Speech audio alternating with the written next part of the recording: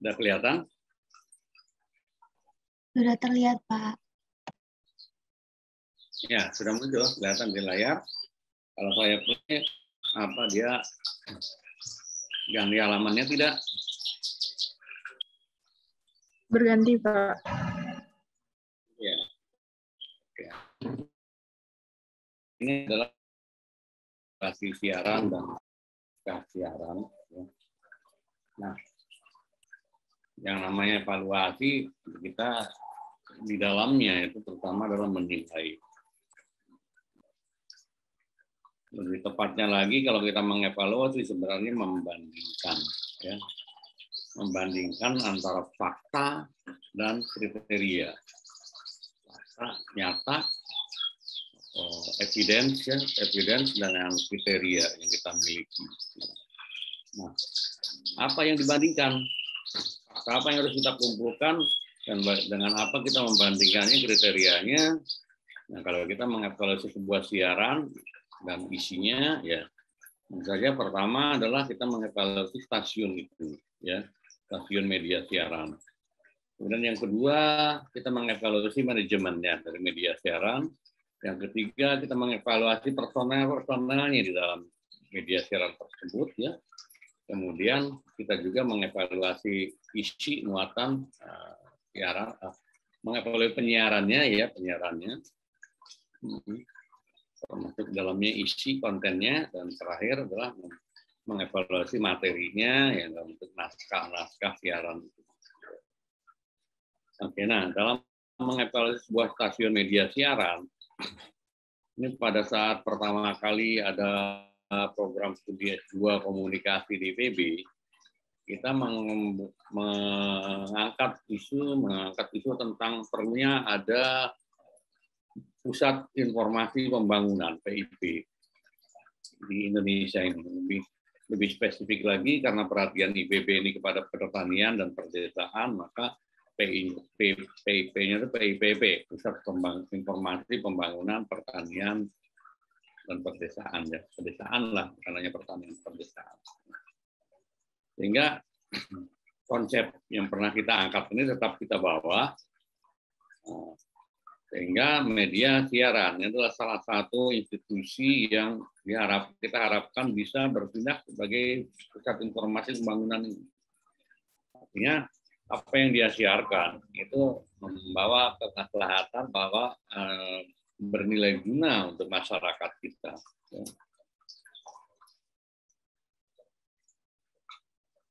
Oke.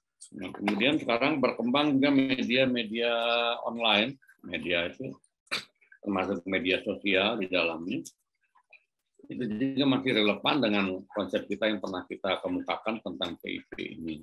Ya.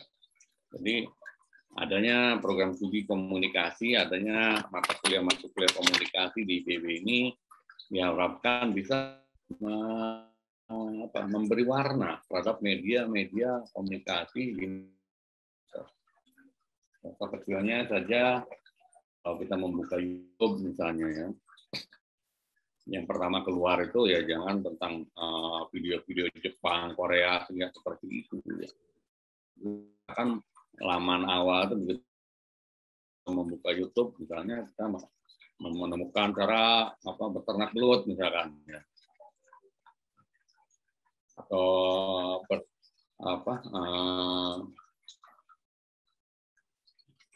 menanam tanaman obat di pekarangan, misalkan bertanam tanaman obat pekarangan seperti itu. Tapi sampai sekarang itu belum tercapai karena relatif masih sedikit sekali, ya. Sehingga SEO untuk bidang pertanian dan perdesaan ini masih kecil, rendah. Ya, kalau orang mencari informasi di media online kan dasarnya ada browsing, kan, dari scan. Jadi setiap postingan di media sosial itu harus scannable, gampang terscan. Nah, bagaimana itu ada strategi untuk meningkatkan SEO-nya. Sejauh mana itu gampang terangkat kalau orang mencari sesuatu. Misalnya kalau kita browsing di Google media siaran, nah kita memposting informasi tentang media siaran bisa terangkat tidak postingan menunjukkan SEO. Oke. Jadi karena kita punya konsep ini, media siaran ini kita gunakan kriterianya, itu sih adalah kriteria pusat informasi pembangunan. Sampai sejauh mana dia bisa menyebarkan informasi-informasi untuk kepentingan pembangunan, untuk pengembangan masyarakat, di pedesaan terutama dan pertanian. Oke. Nah, orientasinya tentu saja di sini kan ada fungsi media siaran, informasi, sosialisasi, motivasi, pendidikan, budaya, menyumbang budaya, hiburan, sebagai kontrol sosial ini terbangun tidak ya.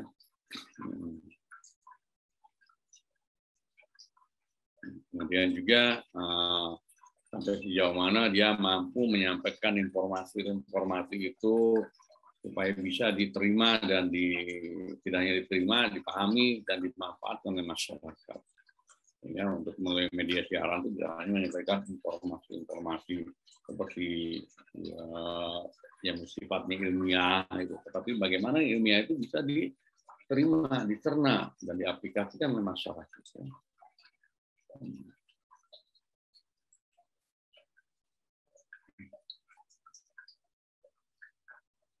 Nah itu kontennya saya kira tidak hanya tentang produktivitas ya, tentang hal-hal yang sifatnya teknis pertanian,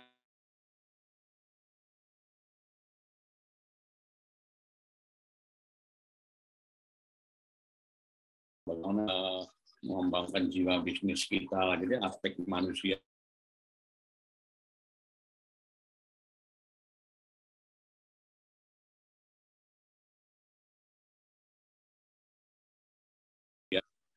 Maka sebuah media siaran itu harus hidup dengan dinamis, progresif.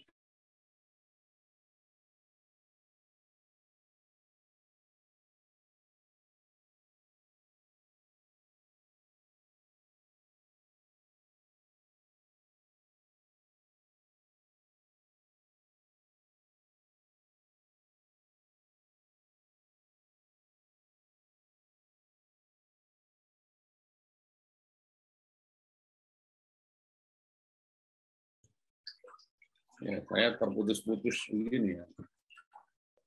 Oke, kembali ke yang tadi, atau saya share-nya PDF-nya saja deh. Yang ini salah.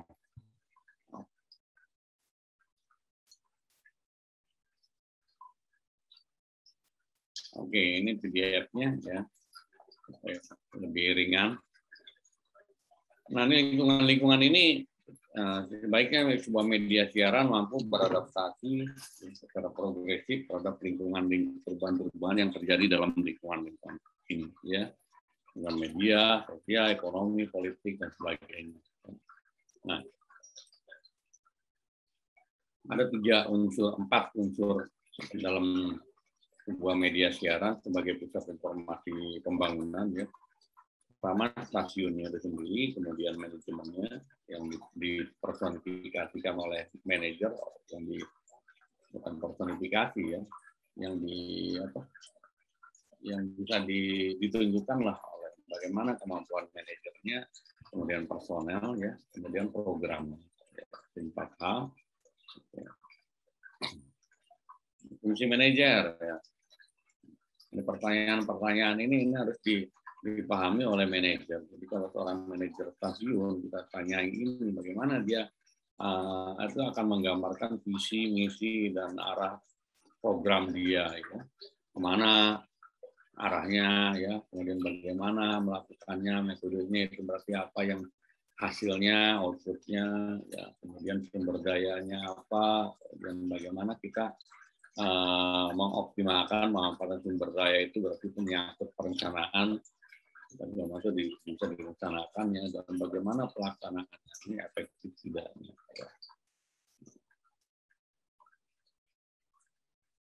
Nah, dari 6 pertanyaan ini kita bisa memperoleh gambaran tentang visi, misi dan arah dari ya arah dan kebijakan dari media siaran tersebut. Kemudian mengapa kita harus mengevaluasi itu semua? Ya. Sebenarnya kita perlu evaluasi. Fungsi dari evaluasi itu pertama, sampai sejauh mana kita bisa mencapai dari tujuan. Tujuannya itu apa? Kita sini sudah menerapkan kriteria tentang pusat informasi pembangunan. Ya. Sampai sejauh mana dia bisa eksis ya, sebagai pusat informasi pembangunan itu. Eksis bagaimana? Ya, bisa hidup di dalamnya, bisa menyerap, bisa membaca kebutuhan lingkungannya, dan dia bisa menyalurkan atau menyiarkan apa-apa yang dibutuhkan oleh lingkungan tersebut.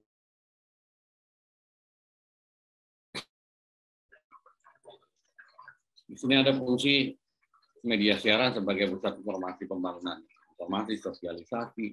Ya. Waduh, terputus lagi. Enggak ya. Motivasi, pendidikan, promosi, hiburan. Ya, ini bagaimana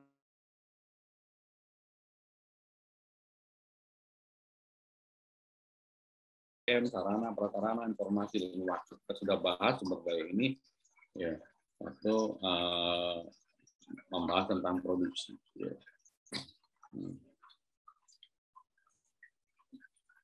Nah, sarana-sarana tersebut tidak hanya bagaimana ketersediaan itu sangat penting. Kalau sudah kadaluarsa, hal itu ya nggak bisa efektif lagi ya, kaji.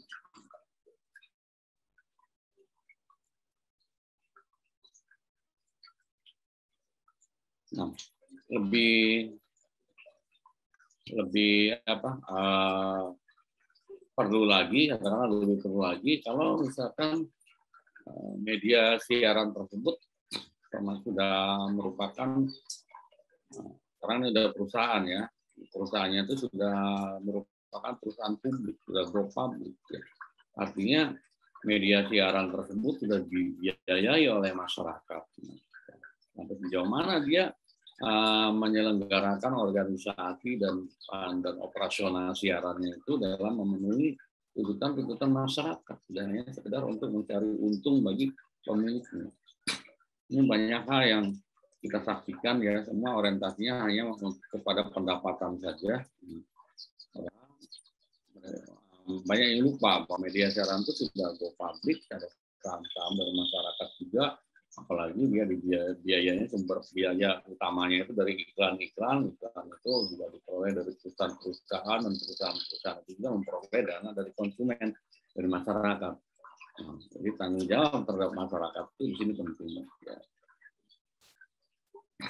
Apa yang dikerjakan, apa tujuannya, kekuatan kelemahannya apa, siapa saingan, bagaimana sumber daya yang kita miliki, ini kembali kita bisa evaluasi kembali untuk memenuhi tuntutan tadi. Ya. Ini pertanyaan-pertanyaan rincinya apa yang dikerjakan, bisnisnya apa, produknya apa, campurannya apa, untuk khalayak mana dan seterusnya, apa tujuannya, ini Anda bisa baca saja ini ya. Tidak usah dirinci, kemudian apa kekuatan kelemahan kita, ya, dan siapa saingan kita, bagaimana sumber daya yang kita miliki, ya. Ingat sumber daya media siaran itu ada sumber daya manusia, sumber daya modal ya, ada modal ada operasional, modal apa istilahnya, ya. Kemudian ingat media siaran itu punya modal slot komersial ya, ada modal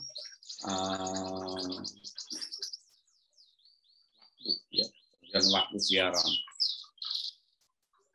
Adalah inventaris semua, inventory itu dijadikan modal. Bagaimana itu dimanfaatkan secara optimal. Ya. Mengenai situasi dan posisi, apa yang harus dikerjakan sekarang ini, dalam posisi sekarang, apa yang harus dikerjakan? Kalau kita bertanya tentang apa yang harus dikerjakan, tentu saja kita harus bisa memprediksi perkembangan bagaimana kira-kira cara ke depan. Ya. Dan dari sana kita bisa menyusun target-target yang mungkin bisa bisa kita capai. Jadi target-target ini tidak target yang muluk tanpa memperhatikan kondisi perubahan-perubahan yang ada, tetapi target-target yang visible, bisa kita mampu mencapainya. Ya, tentu saja dikaitkan dengan sumber daya yang kita miliki. Tindakan-tindakan ini apa yang diperlukan untuk diambil untuk menyelenggarakan program siaran ini ke depannya.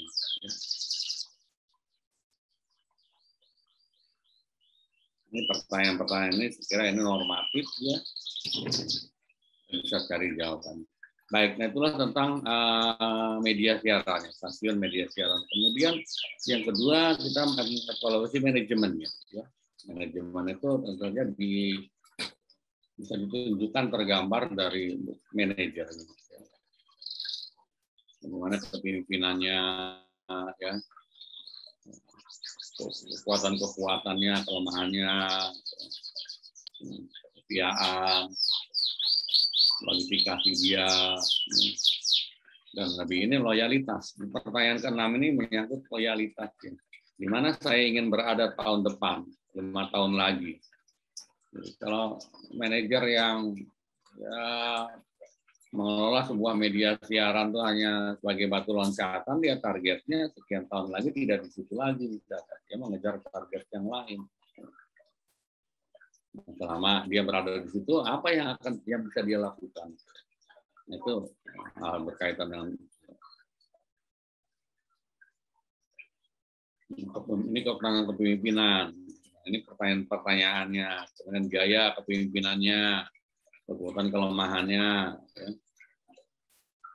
Jadi tentang kekuatan dan kelemahan ini ada satu pertanyaan yang mendasar ya bagi umumnya, terutama di Indonesia ya. Orang itu biasanya lebih mudah melihat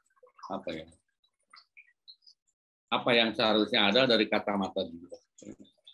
Karena orang jarang berpikir apa yang dia bisa sumbangkan. Ini terkait dengan antara hak dan kewajiban. Itu apa tentang hak ya, banyak yang mendahulukan hak. Kalau tentang hak itu tipis sekali, tapi kalau kewajiban dia tidak terpenuhi, ya biasa-biasa saja, cuek saja. Sehingga kalau orang semuanya berpikir bagaimana seharusnya gitu, menurut kacamata dia ya susah. Dan orang Indonesia ini, ya maaf, saya bukan menjelek-jelekkan orang Indonesia, tapi ya kondisinya emang begitu kita ini, ya, termasuk lebih mudah melihat kesalahan orang lain daripada kesalahan kita sendiri. Lebih mudah melihat kelemahan orang lain daripada kelemahan sendiri. Kita ini lebih cenderung menimpakan kesalahan pada orang lain dibandingkan pada diri sendiri. Dari bahasanya saja, bahasa Indonesia itu cenderung menimpakan kesalahan kepada hal-hal di luar diri kita. Ya. Coba aja Anda sebut, uang saya hilang. Uangnya yang salah kan? Lengan saya patah, lengannya yang salah kan? Coba kalau orang Inggris mengatakan dalam bahasa Inggris, kan bahasanya beda kan? Dalam bahasa Inggris, kalau kita terjemahan kata per kata, sudah mengerjakan kalimat kata per kata, kok aneh rasanya. Orang Inggris mengatakan, saya mematahkan lengan saya. Oh, gila kan? Orang mematahkan lengan sendiri. Kan dia mengatakan bukan lengan saya patah, I broke my hand. Kan? Saya mematahkan lengan saya. Saya menghilangkan uang saya. Saya mengangkutkan kaki saya ke batu, bukan kaki saya terantuk batu. Jadi bukan uangnya, bukan lengannya, bukan batunya yang salah, tapi saya yang selalu. Jadi coba kita balik ya. Jadi apa yang bisa kita sumbangkan pada yang lain? Ya, ini penting. Nah ini bisa kita evaluasi dari manajer sendiri ya. Nah ini pertanyaan tentang tentang pengetahuan yang cukup, kesetiaan. Ya, nah ini pertanyaan manajer. Kemudian yang ketiga adalah evaluasi terhadap personel-personelnya. Ya. Bagaimana personel yang ada dalam media siaran tersebut, terutama dikaitkan dengan pembuatan keputusan. Ya.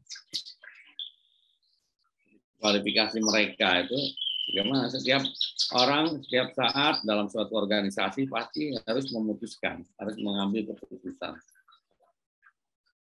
Petugas cleaning service saja pagi-pagi datang ke kantor dia harus sudah memutuskan dia mau nyapu atau membuka ruangan mana dulu yang dia harus buka, bagian mana dulu yang harus dia bersihkan. Itu sudah keputusan ya.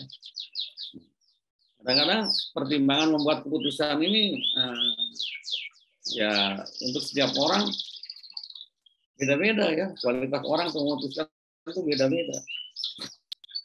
Ya, mungkin karena dia apa ya? Karena orang itu tidak memiliki dasar informasi yang cukup sebagai dasar untuk memutuskan, bisa saja. Ya. Oke, sebelum masa WFH ini, kalau saya mau ada kelas pagi-pagi jam 7 mulai ngajar, pasti di situ selalu aja berbenturan dengan cleaning service di kampus dan lembaga itu yang sedang ngepel.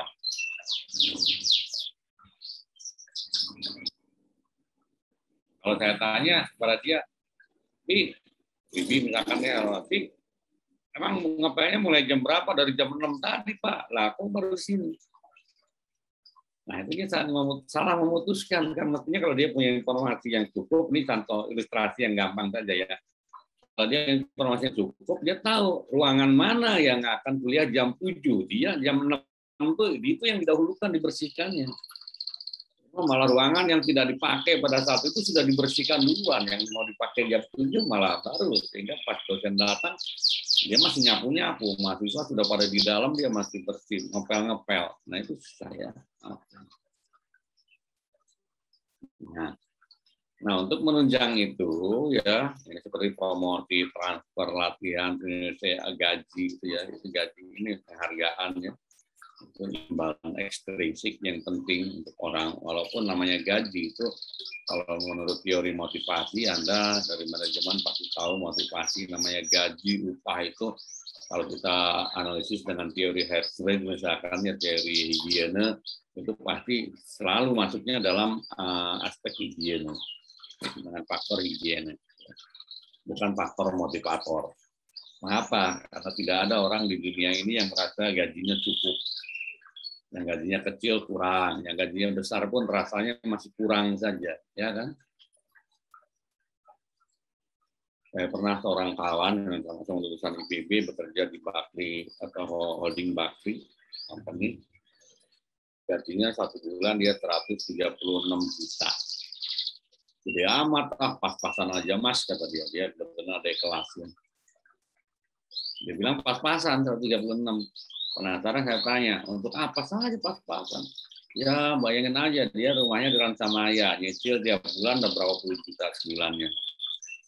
Dia punya cicilan mobil 2, yang satu mobil itu cicilannya 70 jutaan, kalau nggak salah ya satu bulannya itu. Mobil apaan tuh? Ferrari, kata dia. Nah, ngapain beli Ferrari? Anakku katanya minta, kasihan. Nah, terus makainya kapan? Saya bilang. Orang keluar dari Ransamaya aja udah macet, terus ngebutnya di mana? Itu kan tidak rasional. Tapi orang karena punya gaji besar ya belanja seperti itu dia lancar aja, nggak mikir banyak. Nah itulah ya. Jadi makanya jangan heran kalau gaji itu selalu gaji itu selalu menjadi faktor higiene dalam teori higiene Hertzberg ya. Tidak pernah menjadi faktor motivator. Jadi yang tidak memuaskan, bukan faktor yang memuaskan. Tapi kalau latihan ini biasanya kalau orang setelah latihan dia punya gagasan baru dengan jadi lebih kreatif ya, semangat ya kan. Dan transfer juga ini penting sebenarnya terkait dengan promosi. Jabatan-jabatan ada jabatan-jabatan tertentu yang dari masuk sampai lulus itu sampai pensiun begitu aja.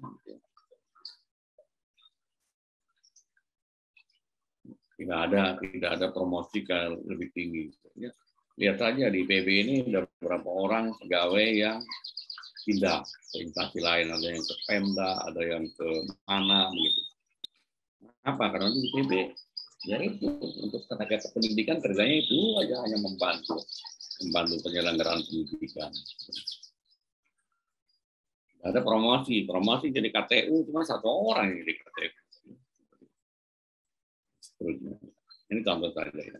Ini bisa meningkatkan personal dia, kualifikasi personal upaya.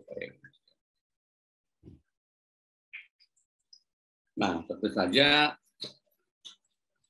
performa dari personel itu tidak selalu berkaitan dengan kepuasan, ya. Dan juga daya dukung internal ini. Hubungan personal itu menjadi sangat penting. Ingat, kalau ada ingat teori manajemen, ada teori dengan pendekatan humanistik yang menekankan bahwa yang penting adalah bukan di mana orang ditempatkan, berapa gajinya, tanggung jawabnya apa, yang lebih penting lagi bagaimana supaya pegawai-pegawai tersebut, anggota organisasi itu bisa bekerja dengan baik. Nah, ada satu percobaan yang sangat terkenal kalau tidak salah dilakukan oleh siapa ya? Payol nggak salah. Elton Mayo. Ya, dengan itu hubungan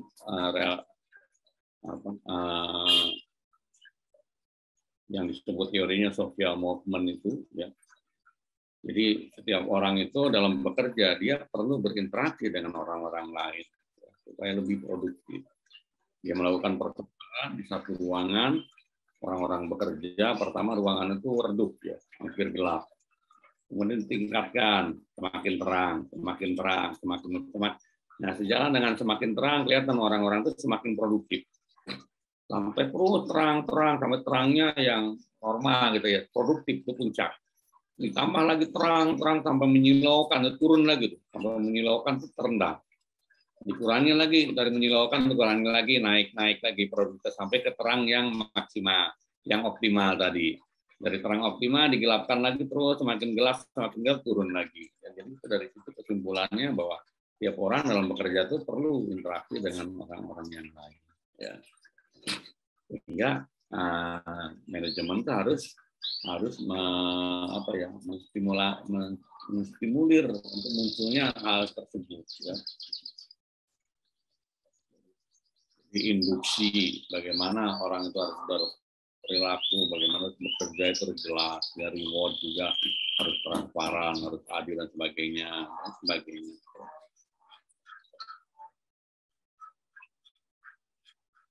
Nah, peran supervisor itu sangat penting, ya.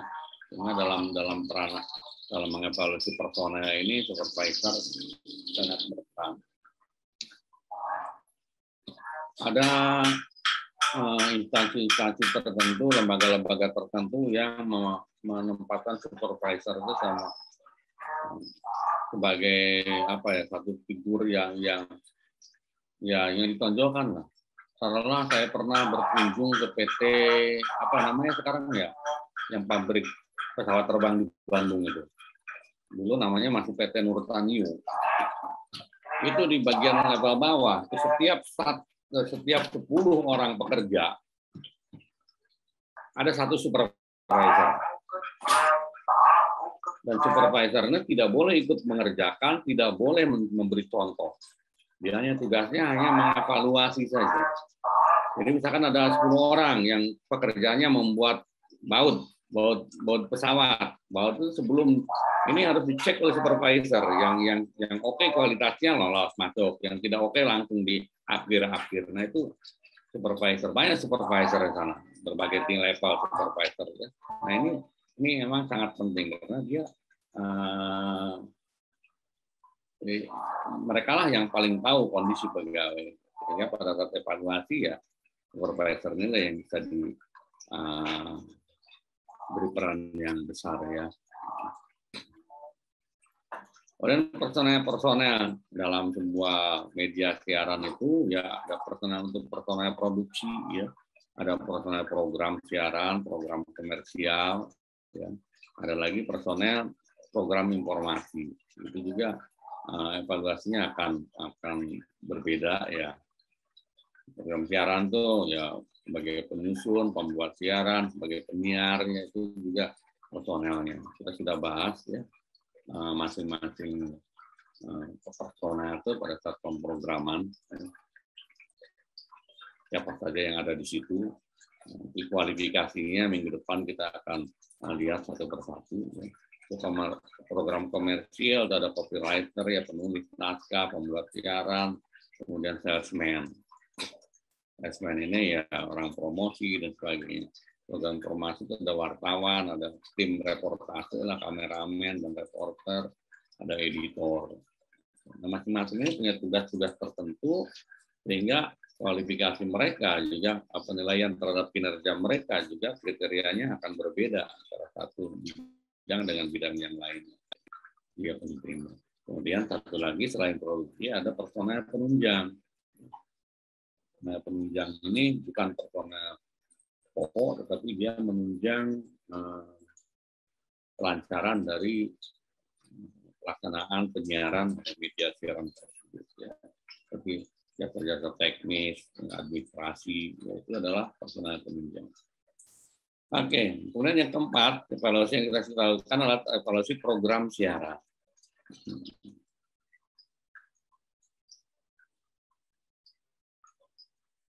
Apa yang dievaluasi? Untuk apa? Melihat mutu, kekuatan, kelemahan, dan upaya-upaya yang bisa disarankan untuk memperbaiki. Ya. Bagaimana meningkatkan siaran ke depannya. Ya. Yang perlu kita evaluasi adalah kualitas teknis dan isi siaran. Ya. Jadi ada radio yang memang sudah mempunyai peralatan yang canggih, ya, lengkap sumber dayanya sehingga secara teknis dia sangat berkualitas. Tapi belum tentu kontennya itu berkualitas. Ya. Sehingga materi siaran juga perlu dievaluasi.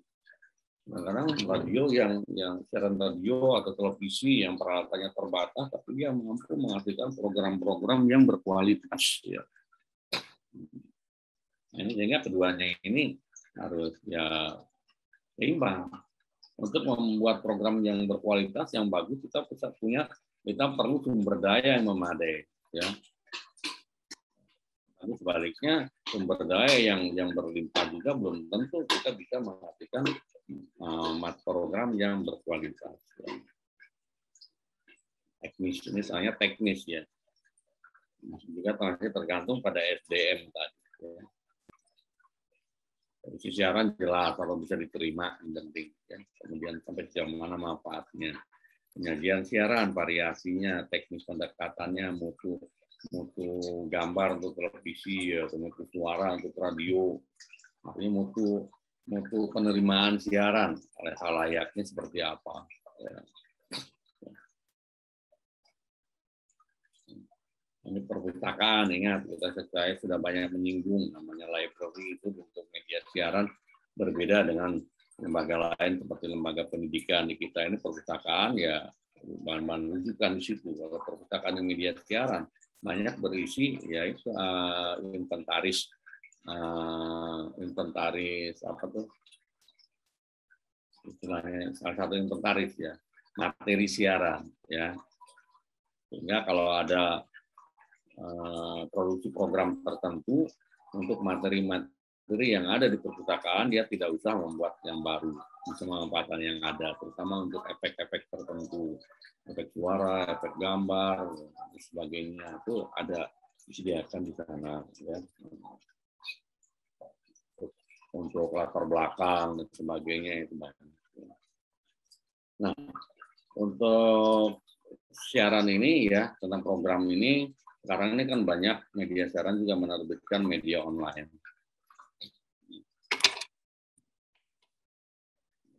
Nah, terbitan media online juga perlu dievaluasi. Evaluasi sama kontennya bagaimana, ya. Kemudian penyajiannya bagaimana, isi penyajiannya bagaimana. Ingat untuk media online ini saya sudah pernah menyinggungnya. Ada prinsip tambahan 5 prinsip yang disingkat basic itu ya. Apakah penyajian dalam media online itu sudah memperhatikan itu? Banyak media online yang menyajikan konten yang sebenarnya cocok untuk media cetak, panjang gitu ya, tulisan-tulisan panjang gitu. Padahal ada prinsip brevity dalam media online. Itu harusnya singkat-singkat. Orang lebih capek membaca dalam media online dibandingkan media cetak. Dalam media cetak itu satu koran berapa halaman itu bisa saja satu waktu bisa dibaca semua. Tapi orang membaca media online, coba kalau satu koran itu dimasukkan ke media online, waduh capek. Pasti dibagi dalam laman-laman tertentu. Satu artikel yang panjang juga dibagi dalam beberapa laman, bersambung. Karena singkat. Nah, itu, ya. Jadi itu baru kemudahan untuk diterimanya, ditangkap. Ya, belum lagi kalau kita berbicara kemudahan dipahami.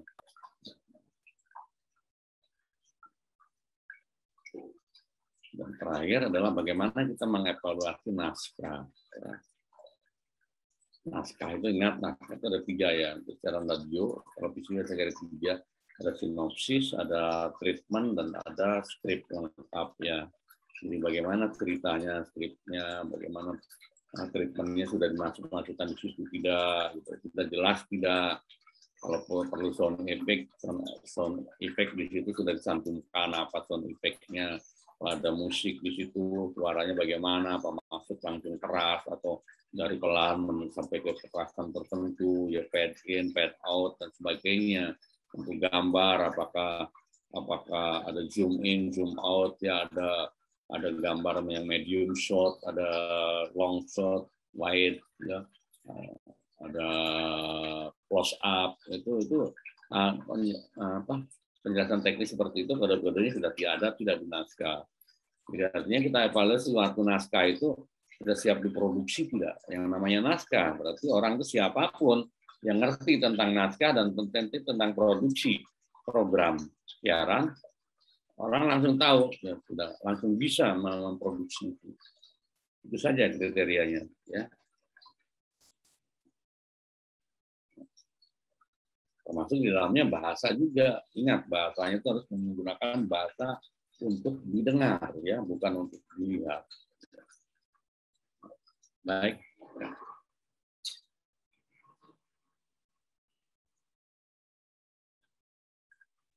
Naskah jadi, ukuran, peraturan, dan sejenisnya, ya. Kemudian ukuran juga, ukuran khusus, ya. Itu biasanya setiap media siaran memiliki kriteria khusus, ya. Nah, kalau naskah jadi ini ya tergantung dari format programnya, apakah itu narasi, drama, atau sandiwara, obrolan, sport, info, ya, feature, majalah udara, dan sebagainya. Ini tentu saja punya format-format tersendiri untuk naskahnya. Namanya hanya sekedar narasi mungkin cukup dengan storyboard saja sudah cukup, ya. Apa gambarnya apa, kemudian narasinya seperti apa. Kalau ada drama mungkin dari storyboard harus dibuat misalkan skenario, ya, adegan 1 bagaimana, ya, obrolan juga dan sebagainya, ya. Oke, baik, itulah tentang evaluasi media siaran. Jadi, sekali lagi yang perlu kita evaluasi adalah pertama media siarannya itu sendiri, stasiunnya, kemudian manajemennya, kemudian personelnya, keempat adalah programnya, ya, termasuk program itu termasuk dia kalau media siaran punya media online, ya media online-nya seperti apa, ya. Nah, kemudian terakhir yang kelima adalah evaluasi naskah, ya. Ini bagian daripada evaluasi untuk melengkapi evaluasi tentang konten dari program naskah siaran. Ini lima hal yang perlu kita evaluasi. Dan bagaimana kita mengevaluasi? Namanya mengevaluasi itu adalah prosesnya membandingkan antara fakta nyata, ya, yang ada evidence dengan kriteria. Nah, kriterianya ini Ada banyak kriteria yang bisa kita gunakan. Ya. Tetapi dalam konteks kita ya di PB ini kita konsisten atas apa yang pernah kita kemukakan dari sejak awal kita ada program komunikasi di PB, kita mengusulkan adanya pentingnya pusat informasi pembangunan ini. Nah, di era kemajuan teknologi informasi ini namanya pusat informasi pembangunan bukan hanya seperti balai informasi pertanian ya yang sifatnya fisik itu satu tempat yang disediakan berbagai informasi seperti perpustakaan, tetapi juga sekarang sudah bisa menggunakan media online, situs-situs tertentu. Sekarang ini banyak situs-situs yang isinya itu tentang materi-materi untuk pendidikan penyuluhan bagi para petani. Itu sudah mulai banyak bermunculan. Ya. Yang penyuluhan secara digital. Seperti itu. Juga berkembang media-media siaran, media online. Juga kita harapkan mereka ini bisa menjadi pusat informasi pembangunan bagi masyarakat, sehingga memukakan, mengedepankan kegunaan bagi masyarakat. Jadi tidak hanya sekedar menghibur saja, dan menghibur juga menunjukkan kegunaan, ya. Tapi ada muatan-muatan yang lebih produktif sifatnya, ya. Itu namanya kriteria. Ya. Itu yang bandingkan antara faktanya dengan kriteria. Nah, kriteria yang lain jadi pertimbangan silakan Anda browsing di Google, Jaya googling saja, browsing di internet, cari coba survei Komisi Penyiaran Indonesia. Itu Komisi Penyiaran Indonesia selalu setiap kuartal itu melakukan survei. Ya, coba saja kita coba browse di sini ya, browsing, mudah-mudahan mudah kita perolehnya. Itu banyak, termasuk waktu kita berbicara strategi program.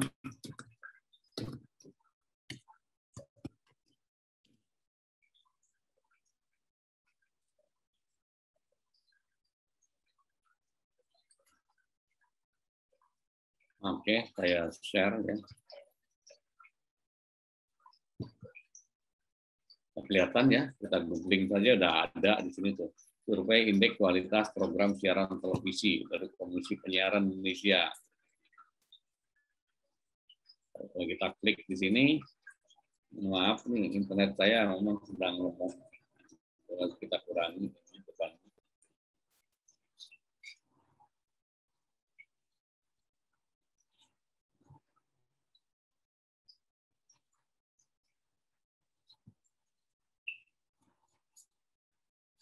Lama sekali.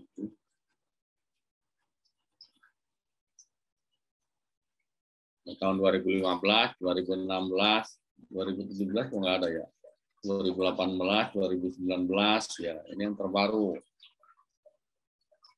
Oh, nggak bisa dibuka yang ini bisa dibuka. Buka ya. Waduh, lemot sekali. Lemot sekali ya. Kalau saya open video saya.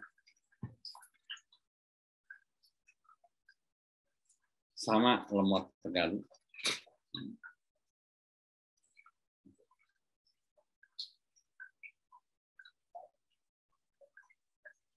Oh iya, ini ternyata harus nanti unduh ya. Ada periode 1, periode 2, periode 3. Jadi setiap tahun itu ada 3 periode. Ya. Nah di sini Anda bisa, ya kita bisa lihat bagaimana kriteria yang digunakan oleh KPI itu dalam menilai kualitas sebuah program siaran. Yang jelas kriteria itu 3 ya. Pertama adalah konsistensi dengan tujuan penyiaran, kemudian memelihara keutuhan bangsa, dan yang ketiga itu yaitu pendidikan masyarakat. Ya. Itu bisa Anda unduh, lihat untuk melihat apa saja kriteria yang biasa diterapkan oleh KPI itu universal.